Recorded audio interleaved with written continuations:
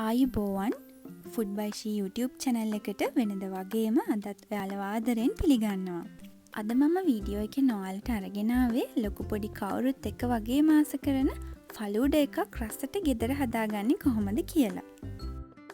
ෆලූඩා එක හදන්න අවශ්‍ය කරන ද්‍රව්‍ය මෙතන වගේම මම පහළ description box එකෙත් සඳහන් කරලා තියෙනවා. ඉතින් දැන් අපි බලමු කොහොමද මේ ෆලූඩා එක හදන්නේ කියලා.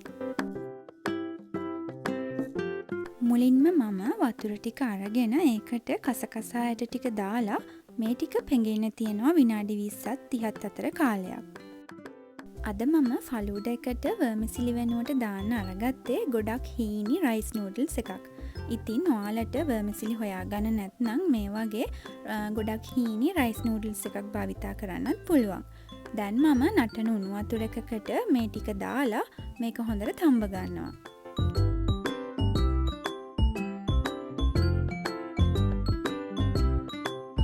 දැන් නූඩල්ස් ටික හොඳට තැම්බිලා තියෙන්නේ. මට මේ ටික තඹ ගන්න විනාඩි 3ත් 4ත් අතර කාලයක් ගියා. දැන් මම ස්ට්‍රේනර් එකකින් මේ විදියට නූඩල්ස් ටික අරගෙන ඒකට ඇල් වතුර ටිකක් දාලා මේක හොඳට සෝදලා මෙහෙම වතුර බේරෙන්න තියනවා.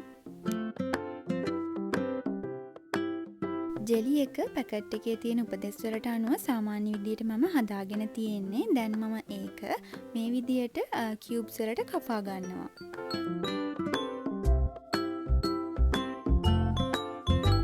ෆලූඩා එක හදන්න මේ ඔක්කොම ජෙලි ටික අපිට අවශ්‍ය වෙන්නේ නැහැ. අපිට මේකෙන් මේ සැහැඳි 4ක් වගේ තමයි අපේ ෆලූඩා එක හදාගන්න අවශ්‍ය වෙන්නේ. ෆලූඩා එකක් හදාගන්න අවශ්‍ය වෙන ප්‍රධානම අමුද්‍රව්‍ය තමයි රෝස් සිරප්. අද මම භාවිතා කරන්නේ කඩෙන් ගනිපු රෝස් සිරප් එකක්.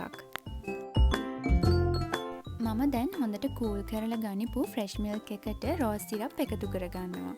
රෝස් සිරප් එකතු කරගන්න ප්‍රමාණය ඔයාලගේ රස අනුව අඩු වැඩි කරගන්න පුළුවන්.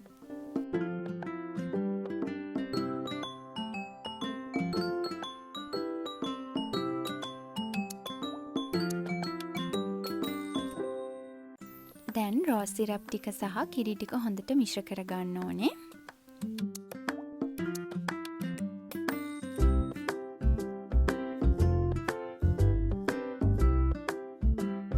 මම අද දීලා තියෙන ප්‍රමාණයන්ගෙන් 3 දෙනෙකුට ෆලූඩා හදාගන්න පුළුවන්. මම දැන් ඔයාලට පෙන්නනවා 2 දෙනෙකුට ෆලූඩා හදාගන්න මේක ඇසෙම්බල් කරගන්න විදිය. ඉතින් ඔයාලා කැමති විදියට මේක ඇසෙම්බල් කරගන්න පුළුවන්. මම දැන් මුලින්ම ග්ලාස් දෙකට රෝස් සිරප් මේ සැහැඳ බැගින් දාගන්නවා. ඊට පස්සේ අපි තඹගත්ත නූඩල්ස් වලිනුත් මේ සැහැඳි දෙක ගානේ ග්ලාස් දෙකටම දාගන්නවා.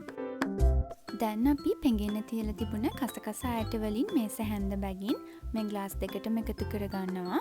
ඊට පස්සේ ජෙලිත් මේ සැහැඳ බැගින් ග්ලාස් දෙකටම එකතු කරගන්නවා. ඊට පස්සේ මම කෝපෙන් භාගයක් විතර පිරෙනකන් අපි හදාගනිමු රෝස් මිල්ක් එක එකතු කරගන්නවා.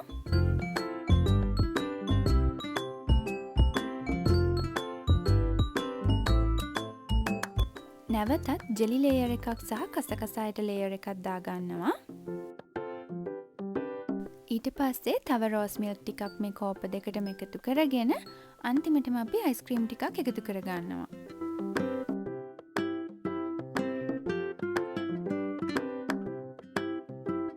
ඉතින් ඔයාලා කැමති විදියකට ඔයාලට ලස්සනයි කියලා හිතෙන විදියකට මේ ෆලූඩා එක ඇසෙම්බල් කරගන්න පුළුවන්. දැන් මම රෝස් සිරප් ටිකක් දාගන්නවා මේ අයිස්ක්‍රීම් ටික උඩින්. ඉතින් මේ තියෙන්නේ අපි හදාගත්ත රසම රස ෆලූඩා එක. ඉතින් ඔයාලා මේ වීඩියෝ එකට කැමති නම් මේකට ලයික් කරන්න, ඒ වගේම යාළුවෝ එක්ක ෂෙයා කරන්න, ඒ වගේම සබ්ස්ක්‍රයිබ් කරන්නත් අමතක කරන්න එපා. අද වීඩියෝ එක බැලුවට ඔයාලට ගොඩක් ස්තුතියි. ආයෙත් දවසක තවත් වීඩියෝ එකකින් හමු වෙනකන් සුබ දවසක්.